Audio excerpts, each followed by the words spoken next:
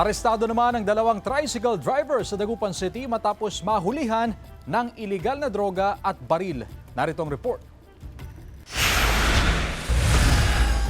Arestado ang dalawang tricycle driver sa bypass operation ng otoridad sa Dagupan City alas 4 ng madaling araw kahapon. Parehong residente ng barangay Pugo Chico ang mga naaresto. Nakuha sa kanila ang dalawang pakete na naglalaman ng hinihinalang shabu.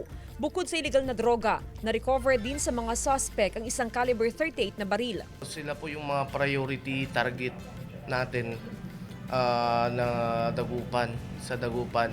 Even sa other agencies po, sa PIDEA is priority target po ito. Bukod sa pagtutulak ng iligal na droga, may mga iba pa raw na kasong kinahaharap ang mga suspect. May report sa amin na ganun po yung nila. Modus din nila, nagnanakaw po sila din. Inihahanda ng kasong isasampa laban sa mga suspect na tumanggi na magbigay ng pahayag.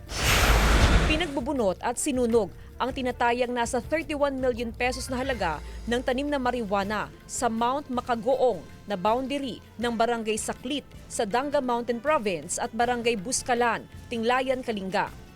Kabuang 4 na plantasyon ng marijuana ang nadiskubre ng otoridad.